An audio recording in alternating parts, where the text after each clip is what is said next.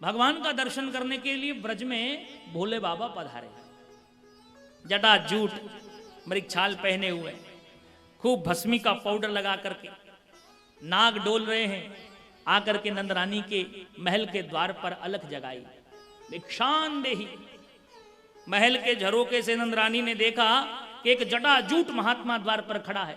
दौड़ी दौड़ी आई, कहिए बाबा क्या सेवा कर सकती हूं। भोलेनाथ कहने लगे मैया हमको पता चला कि लाला हुआ है। मैया कहने लगी हाँ हुआ तो है।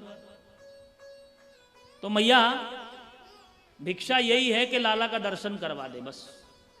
मैया कहने लगी बाबा पहले ने अपने आप को तो देख, 80 साल की बुढ़िया को डर लग रहा है तेरी शकल देखकर। चिता की भस्म का तो तूने पाउडर लगा रखा है, गले में तेरे नाग बिच्छू डोल रहे हैं, और मेरो नेक सा बालक अगर उसने तेरा मुखड़ा देख लिया तो बहुत डर जाएगा। तुझको अन्न चाहिए, धन चाहिए, वस्त्र चाहिए, जो भी चाहिए सब मिलेगा, एक बार बता। भोलेनाथ कहने लगे मैया ना अन्न चाहिए, ना धन चाहिए, ना वस्त्र चाहिए, कुछ नहीं चाहिए। तू बता तुझको कितना चाहिए, ये तो मैं भी तुझको दे दूंगा, पर लाला का दर्शन करवा दे। मैया कहने लगी लाला का दर्शन, ये जो तेरे गले में सर्प है ना ये फुंकार भर रहा है, इसको देख करके डर जाएगा। बोले बाबा कहने लगे कुछ चाहिए तो बता। भोलेनाथ कहने लगे चाहिए कुछ नहीं मैया, बस दर्शन करना है। मैया बोली दर्शन नहीं करवाऊंगी, और कुछ चाहिए तो बता। बोले बाबा बोले अगर दर्शन नहीं करवाएगी तो यहीं चमीटा गाड़ कर दूनी रमा करके बैठ जाऊंगा, 1 महीने तक नहीं जाऊंगा। मैया नहीं जाएगा, मैं 3 महीने तक अपने लाला को बाहर ही नहीं निकालूंगी। मैया मैं 6 महीने तक नहीं जाऊंगा। मैया बोली 1 बरस तक नहीं निकालूंगी। मैया मैं जाऊंगा ही नहीं, यहीं समाधि लगाकर बैठ जाऊंगा। मैया बोली मत जाना, मेरे महल के 4 द्वार हैं, या द्वार को बंद करवाई दूंगी और दूसरे द्वार से बाहर निकाल लूंगी। बोले बाबा कहने लगा अच्छा मैया तो दर्शन नहीं करवाएगी। मैया बोली देख बाबा और कुछ चाहिए तो बता, दर्शन नहीं होगा। भोले बाबा बोले ठीक है मैया तेरी मर्जी। अब भोलेनाथ नंदरानी के महल से चल पड़े। चलते चलते प्रभु आए तो दर्शन करने दे आपका, पर यह मैया दर्शन ही नहीं करवा रही, कुछ लीला रचाओ ना। तो ठाकुर जी तो पलने में थे, पलने में लेटे लेटे ठाकुर जी रुदन करना शुरू कर दिए, रोना शुरू कर दिए। अब और तो कुछ कर नहीं सकते, रो ही सकते हैं। अब इतने जोर जोर से रोए, इतने जोर जोर से रोए कि जसोदा जी ने उठाया, कंठ से लगाया, खूब खिलाया, खूब उछाला, खूब कुदाया, चुप हो जा लल्ला, चुप हो जा लल्ला। पर ठाकुर जी जो जो मैया चुप करावे त्यों त्यों ज्यादा ज्यादा रोए। ठाकुर जी का रोना सुनकर के गोपियां दौड़ी दौड़ी आई। अरे जसोदा मैया क्या बात हो गई, आज ये इतना क्यों रो रहा है।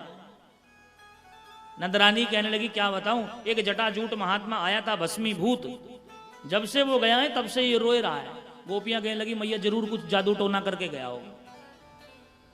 किधर गया पहले ये बता। मैया बोली इधर गया है इस रास्ते से। गोपियां बोली तू चिंता मत कर मैया, अभी हम उसको बुला कर लाती हैं और अभी झाड़ा करवाती हैं। गोपियां दौड़ी दौड़ी गई भोले बाबा के पास में। ए बाबा जी महाराज ठहरिए ठहरिए। भोलेनाथ रुके। बाबा जी कोई झाड़ा वाड़ा जानते हो। भोलेनाथ कहने लगे झाड़ा बहुत बढ़िया जानते हैं, ऐसा झाड़ा लगाते हैं कोई लगा नहीं सकता। क्या बात हो गई। गोपियां कहने लगी अरे बाबा हुआ कुछ नहीं, अभी तुम जहां गए थे ना जसोदा जी के महल में। हाँ बोले वहां उसका लाला जोर जोर से रो रहा है, उस बालक को चुप कराना इसलिए झाड़ा लगाना पड़ेगा, कुछ नजर लग गई है। भोले बाबा बोले ठीक है तो चलो। अब भोले बाबा गोपियों के संग जब नंदरानी के महल में आए तो नंदरानी ने कन्हैया को पलने से उठा करके 7 काली कमलियों में लपेट दिया।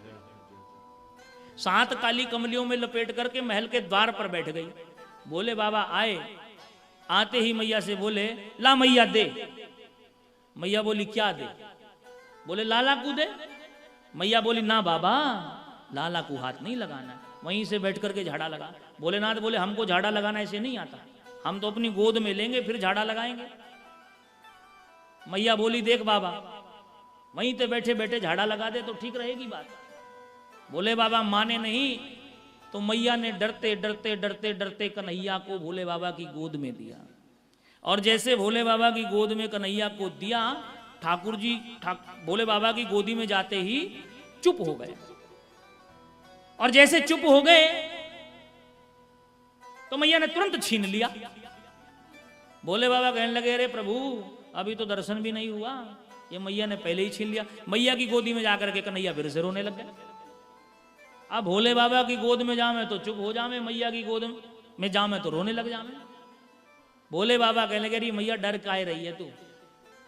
अरे बाबा तुझे देख करके तो मैं डर रही हूं, बालक देखेगा तो क्या होगा? अरे मैया कुछ ना होगा, इसका मेरा तो जन्म जन्म का नाता है, मैं तो सारा दिन इसी का भजन करता हूं, तू चिंता मत कर। एक एक करके भोले बाबा ने 7 काली कमलियां थी उतार करके भगवान का दर्शन हुआ। भोले बाबा ने प्रणाम किया। जैसे लाला चुप हुआ तो मैया ने तुरंत ले लिया। भोले बाबा बोले, प्रभु ऐसी कृपा कर दो कि हम यहीं रह जाएं, आपका नित्य प्रति दर्शन हो। तो ठाकुर जी फिर रोने लग गए। अब रोने का ही हथियार था, बोल तो कुछ सकते नहीं, कर कुछ सकते नहीं। फिर रोने लगे तो भोले बाबा की गोदी में जावे फिर चुप हो जावे।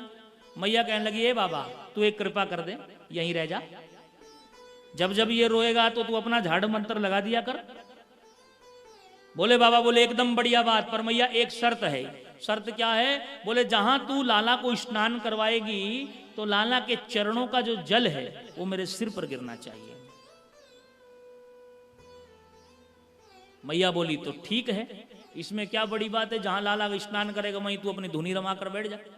तो भोले बाबा वहीं गोकुल में ही रह गए और नंदकेश्वर महादेव के नाम से प्रसिद्ध हुए।